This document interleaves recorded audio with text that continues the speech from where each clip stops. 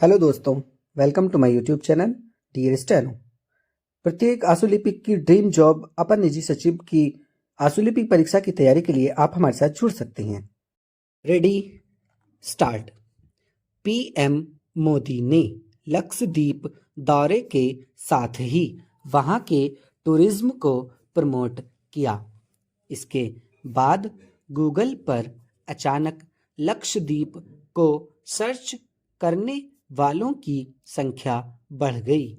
इसी के साथ सोशल मीडिया पर लक्षद्वीप की खूबसूरत तस्वीरें पोस्ट की जाने लगीं। यह बहस चल पड़ी कि जब देश में इतनी खूबसूरत जगह हैं तो अपनी छुट्टी मनाने कहीं और क्यों जाएं।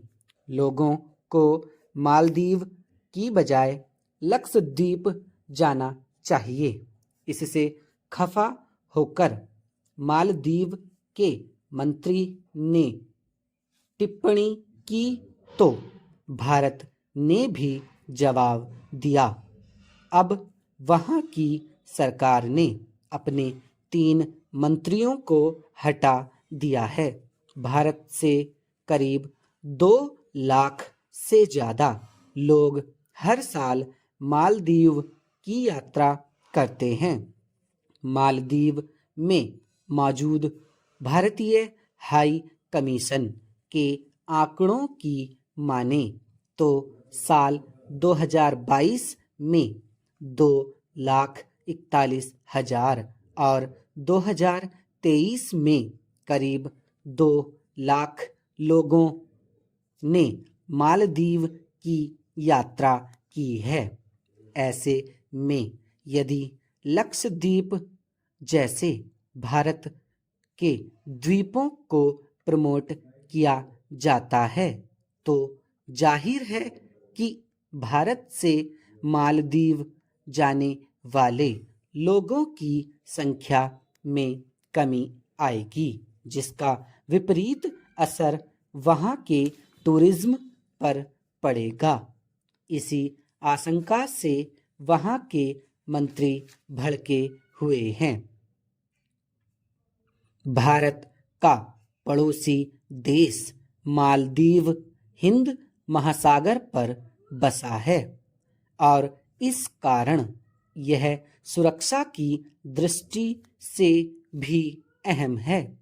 यहाँ की नई सरकार चीन के करीब दिख रही है। मालदीव के नए राष्ट्रपति ने तो अपने चुनाव प्रचार में ही इंडिया आउट का नारा दिया था।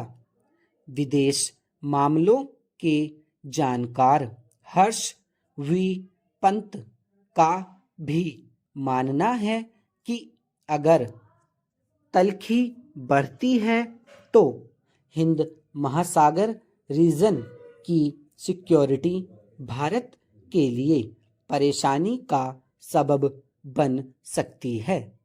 चीन हमारे रिश्तों की तलखी का फायदा उठाने की कोशिश कर रहा है, जिसका भारत ख्याल रखेगा।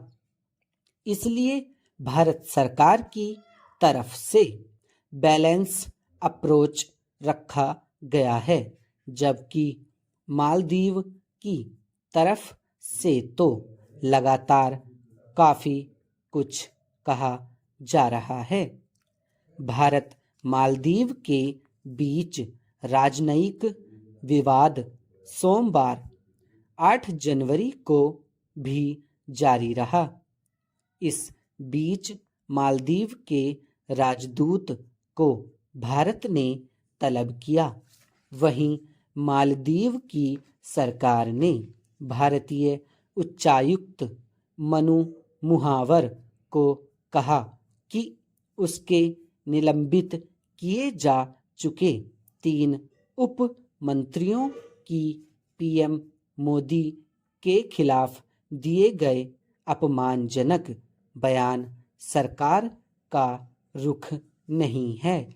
दूसरी ओर मालदीव के राष्ट्रपति मोहम्मद मुइज्जू के चीन के दौरे पर कांग्रेस ने कहा कि ये चिंता की बात है। स्टॉप।